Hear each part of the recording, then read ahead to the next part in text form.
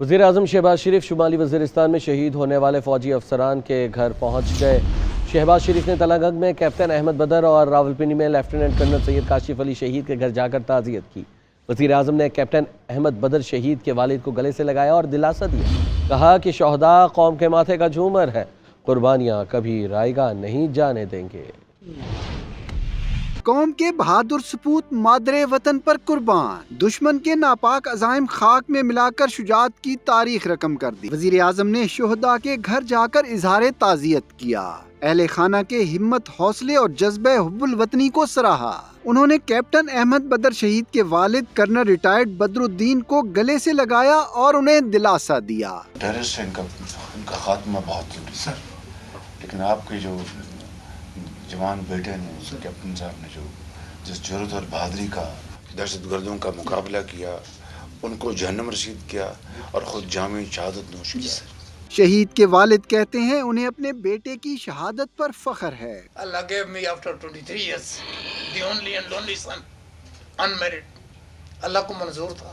I'm still proud of it. وزیر اعظم چکلالہ راولپنڈی میں lieutenant colonel سید کاشف علی شہید کے گھر بھی گئے۔ انہوں نے شہید کی مغفرت اور ان کے اہل خانہ کے لیے صبر جمیل کی دعا کی۔ وزیر دفاع خواجہ آصف اور وزیر اطلاعات عطا تارڑ بھی وزیر اعظم کے ہمراہ تھے۔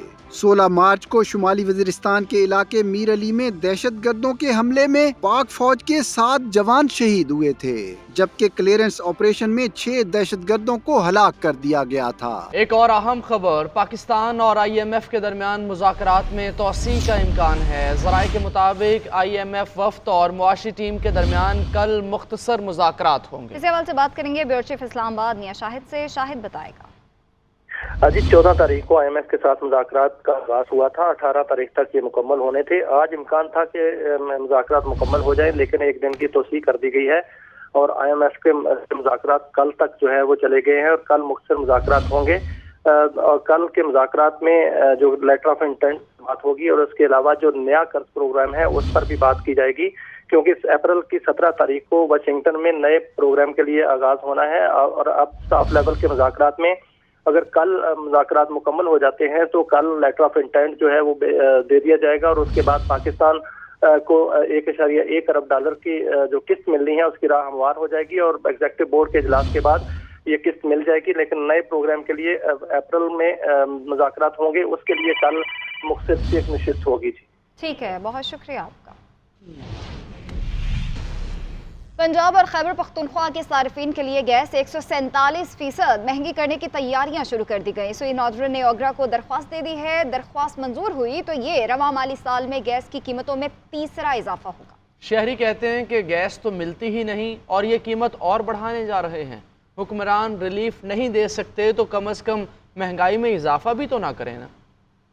گیس ہوگی مہنگی، بلکہ بہت ہی مہنگی، مہنگائی کے ستائے عوام ہو جائے تیار۔ سوئی ناردرن نے اوگرا کو درخواست دے دی۔ درخواست میں سوئی ناردرن گیس کی قیمت میں 2646 روپے فی MMBTU اضافے کی استدعا کی گئی ہے۔ سوئی ناردرن گیس کی نئی اوسط قیمت 4446 روپے فی MMBTU ہوگی۔ سوئی ناردرن کی درخواست پر اوگرا سماعت کرے گا، جس کے بعد فیصلہ وفاقی حکومت کو بھجوایا جائے گا۔ وفاقی حکومت کی منظوری کے بعد اوگرا گیس کی قیمتوں میں اضافے کا نوٹیفکیشن جاری کرے گا۔ اس سے پہلے رواں مالی سال کے دوران گیس کی قیمتوں میں 2 بار اضافہ کیا جا چکا ہے۔ حکومت نے 1 نومبر 2023 اور 1 فروری 2024 کو اضافہ کیا۔ گیس کی قیمتوں میں مجوزہ اضافے پر شہریوں کا کہنا ہے کہ نئی حکومت سے ریلیف ملنے کی امید تھی، مگر حکمران عوام کے منہ سے آخری نوالا بھی چھیننا چاہتے ہیں۔ غریب عوام کو مکار رہے ہیں۔ اب جس بندے کی تنخواہ 20,000 روپے ہے وہ 20,000 جا کے بل ہی بھر دے گا گیس کا جا کے، تو گھر کے بچوں کو کیا کھلائے گا؟ مہنگائی تو آگے بہت زیادہ ہو گئی ہے، ہمیں تو یہ توقع تھی کہ یہ گیس کی قیمتوں میں یہ کمی کریں گے، لیکن کچھ نظر نہیں آ رہا۔ ذرائع کا کہنا ہے کہ گیس کی قیمتوں میں اضافہ IMF شرائط کا حصہ ہے، جس کا مقصد گیس کمپنیوں کے نقصانات کو کم کرنا ہے۔ مسلم لیگ نون کے قائد نواز شریف اور وزیر اعلیٰ پنجاب مریم نواز کی زیر صدارت خصوصی اجلاس، کسانوں کو ٹیوب ویل کے لیے سولر پینلز دینے کا فیصلہ۔ نواز شریف نے ہدایات جاری کی کہ چھوٹے کسانوں کا مہنگی بجلی کا مسئلہ حل کریں۔ IMF کے کہنے پر بجلی اور گیس کتنی اور مہنگی ہوگی، عوام کے صبر کو کب تک آزمائیں گے؟ مریم نواز کا کہنا تھا کہ کھاد مہنگی بیچنے والے مافیا کو قابو کرنے کے لیے جامع حکمت عملی مرتب کی جانی چاہیے۔ वज़ीर आला पंजाब मरियम नवाज और नवाज शरीफ के ज़ेर सदारत 3 खुसूसी इजलास। पहले इजलास में 20,000 इलेक्ट्रिक और पेट्रोल बाइक्स प्रोजेक्ट और 5 शहरों के लिए 657 बस सर्विस पर ब्रीफिंग दी गई, जिसमें बताया गया कि तलबा को 19,000 पेट्रोल और 1,000 इलेक्ट्रिक बाइक्स बिला सूद महाना एक साथ पर दी जाएंगी। पेट्रोल बाइक की महाना किस्त 5,000 और ई बाइक की किस्त 10,000 से कम होगी। मई में बाइक्स की डिलीवरी शुरू कर दी जाएगी। लाहौर में अंडरग्राउंड ट्रेन प्रोजेक्ट का प्लान भी तलब कर लिया गया। पंजाब के 3 शहरों में मेट्रो बस प्रोजेक्ट का असूली फैसला किया गया। नवाज शरीफ ने तलबा के लिए बाइक की तादाद बढ़ाने और महाना किस्त कम से कम रखने की हिदायत की है। दूसरे इजलास में वज़ीर आला मरियम नवाज ने 3 शहरों में पायलट सिविक एडमिनिस्ट्रेशन सेंटर बनाने की तजवीज़ का जामे प्लान तलब कर लिया। सिविक एडमिनिस्ट्रेशन सेंटर को लोकल लॉ और स्पेशल लॉज, प्राइस कंट्रोल और पुलिस के इख्तियारात देने की तजवीज़ पर गौर। नवाज शरीफ का कहना था कि प्राइस कंट्रोल के लिए ठोस पॉलिसी लाई जाएगी। तीसरे इजलास में किसानों को ट्यूबवेल के लिए सोलर पैनल देने का असूली फैसला किया गया। नवाज शरीफ ने हिदायत की कि छोटे किसानों को महंगी बिजली का मसला हल करें। IMF के कहने पर बिजली और गैस कितनी और महंगी होगी, अवाम के सब्र को कब तक आजमाएंगे। मरियम नवाज का कहना था कि खाद महंगी बेचने वाले माफिया को काबू करने के लिए जामे हिकमत अमली मुरतब की जाएगी। पाकिस्तान में अमरीकी सफ़ीर डोनाल्ड ब्लूम की सदर पाकिस्तान आसिफ अली जरदारी से मुलाकात। पाकिस्तान और अमरीका के दरमियान तिजारती और सरमायाकारी ताल्लुकात बढ़ाने पर इत्तफाक हुआ। सदर मुमलिकत का कहना था कि पाकिस्तान अमरीका ताल्लुकात 7 दहाइयों पर मज़ीद दरीना और वसीउल बुनियाद है, जिनका इस्तेहकाम वक्त की अहम ज़रूरत है। अमरीकी सफ़ीर डोनाल्ड ब्लूम ने वज़ीर ख़ारजा इसहाक डार से भी मुलाकात की है, जिसमें इलाकाई सलामती, तजारती और इन्वेस्टमेंट ताल्लुकात में मज़ीद बेहतरी समेत 2 तरफ़ा अमूर पर तबादले ख्याल किया गया है। तहरीक इंसाफ के रहनुमा शेर अफजल मरवत के खैबर पख्तूनख्वा हाउस के बाहर मीडिया से गुफ्तगू कहा। कोर कमेटी ने फैसला किया है कि मरकज़ और सूबों में भरपूर एहतजाजी तहरीक चलाएंगे। पहला जलसा इस्लामाबाद में 30 मार्च को होगा। इजलास में तमाम गलत फहमियों को दूर किया गया है। अब जो भी फैसले होंगे कोर कमेटी के जरिए ही होंगे। उन्होंने मजीद क्या कहा, आपको दिखाते हैं। आज़म का इरादा किया है कि अपोजिशन के तौर पे हम मरकज़ में और मुल्क भर में भरपूर एहतजाजी तहरीक चलाएंगे। इस ज़िम्मन में पहला जलसा जो है वो इस्लामाबाद में होगा 30 मार्च को। दूसरा फैसला जो है कोर कमेटी में तमाम जो मामलात मीडिया पे आप लोग चलाते रहे हैं और जो बयानात से कन्फ्यूजन पैदा हुई थी, वो सारे मामलात डिस्कस हुए। पता चला बाद बीसियार गुफ्तगू कि कोई गलतफहमी थी ही नहीं। ये फैसला हुआ है कि आइंदा के लिए जो अहम फैसले होंगे वो कोर कमेटी के नोटिस में लाए जाएंगे और कोर कमेटी के वसातत से भी किए जाएंगे। चेयरमैन PTI बैरिस्टर गौहर का कहना है कि सुन्नी इत्तेहाद काउंसिल से इत्तेहाद दुरुस्त फैसला था। हम फैसले पर कायम हैं। बसा औकात राय में इख्तलाफ हो जाता है। सारी दुनिया जानती है जो हमारे साथ होते थे उन्हें कैसे उठा लिया जाता था। शेर अफजल मरवत के बयानात से मुतालिक उनका कहना था कि मरवत की बात को पार्टी के बयानात माना जा सकता है। वो हमारे MNA हैं। हमें लेवल प्लेइंग फील्ड ना देने का इलेक्शन कमीशन ही जिम्मेदार है। उनका मजीद क्या कहना था, आइए आपको दिखाते हैं। डिफरेंस ऑफ ओपिनियन हो जाता है। आज हमने डिस्कशन की है, बिल्कुल सही फैसला था। हम we stand by this decision. और जिन तरीके से हालात थे, देखो हमने नज़रियाती के डॉक्यूमेंट सबमिट कर दिए थे, नज़रियाती को उठाया गया था। वो जिस हालात से हम गुजर के आए हैं इसमें कोई दो राय नहीं है। नहीं, इस्लामाबाद में भी जलसे का प्रोग्राम सोच रहे हैं, लेकिन पुरअमन होगा, नाइट वक्त होगा और हम NOC के लिए अप्लाई करेंगे और कानून के मुताबिक आगे बढ़ेंगे इंशाअल्लाह। ये जिम्मेदारी इलेक्शन कमीशन की है। आप मैं एक मरतबा आपको बताता हूँ, इलेक्शन कमीशन फ़कत एक ऑर्डर करता कि लेवल प्लेइंग फील्ड चाहिए, आपको इजाज़त है। फिर कोई और हमें रोकता तो फिर मैं कहता ये आपकी जिम्मेदारी इलेक्शन कमीशन ने हमें दी। लेकिन इलेक्शन कमीशन ने हमसे बल्ला लिया। मैं कह रहा हूँ इलेक्शन कमीशन ऑर्डर न करता, फिर कोई हमें रोक लेता तो फिर ठीक है। इलेक्शन कमीशन को पूछने वाली बॉडी पार्लियामान है, पार्लियामान पूछती है। हमारी बात करेंगे साइफर केस की। इस्लामाबाद हाई कोर्ट में साइफर केस की समाअत हुई। साबिक चेयरमैन PTI के वकील सलमान सफदर ने बानी तहरीक इंसाफ की परेड ग्राउंड में की गई तकरीर का मतन पढ़कर सुनाया। जस्टिस मियां गुल हसन औरंगजेब ने रिमार्क्स दिए कि ये तो एक सियासी तकरीर है। वकील सलमान सफदर ने बताया कि इसी सियासी तकरीर की बुनियाद पर बानी PTI को सजा सुनाई गई। बानी तहरीक इंसाफ और शाह महमूद कुरैशी की सजा के खिलाफ अपील। इस्लामाबाद हाई कोर्ट के चीफ जस्टिस आमिर फारूक और जस्टिस मियां गुल हसन औरंगजेब पर मुश्तमिल डिवीजनल बेंच ने समाअत की। बानी पीटीआई के वकील बैरिस्टर सुलेमान सफदर ने दलाल दिए कि साबिक वज़ीर आज़म और शाह महमूद कुरैशी पर इल्जाम है कि वो 28 मार्च 2022 को बनीगाला मीटिंग में साजिश तैयार की गई। इल्जाम है कि बानी पीटीआई ने साइफर को ट्विस्ट किया और अपने जाती मकासद के लिए इस्तेमाल किया, जबकि शाह महमूद कुरैशी पर सिर्फ मावनत नहीं, साजिश और इश्तिहाल अंगेजी का इल्जाम भी लगाया गया। इन्हीं 4 लाइनों पर 10 साल कैद का फैसला सुनाया गया। तकरीर का मतन सुनकर जस्टिस मियां गुल हसन औरंगजेब ने कहा कि मुझे तो इसका सर पैर ही समझ नहीं आया। चीफ जस्टिस ने कहा कि ये दोनों इल्जामात कैसे हो सकते हैं, जानबूझकर किया होगा या गफलत होगी। वकील ने कहा कि जिस जलसे में तकरीर की गई वो 27 मार्च को हुआ, जिस मीटिंग में साजिश की तैयारी का इल्जाम है वो 28 मार्च को हुई। ये दिलचस्प है कि तकरीर पहले हो गई और साजिश बाद में तैयार हुई। जस्टिस मियां गुल हसन औरंगजेब ने कहा कि आपकी बताई गई बातों में खुफिया रखे जाने वाली तो कोई बात नहीं, अब हमें ये तो बता दें कि उस साइफर में ऐसा लिखा क्या है। वकील सुलेमान सफदर ने कहा कि मैंने साइफर देखा नहीं, इसलिए बता नहीं सकता कि क्या लिखा है। बादअज़ां केस की समाअत कल तक मुलतवी कर दी गई। पंजाब असम्बली में 2023-24 के 4,480 अरब 70 करोड़ रुपए का बजट पेश कर दिया गया। वज़ीर ख़जाना मुश्तबा शुजाउर रहमान ने बजट की तकरीर के दौरान अपोजिशन की हंगामा आराई भी सामने आई।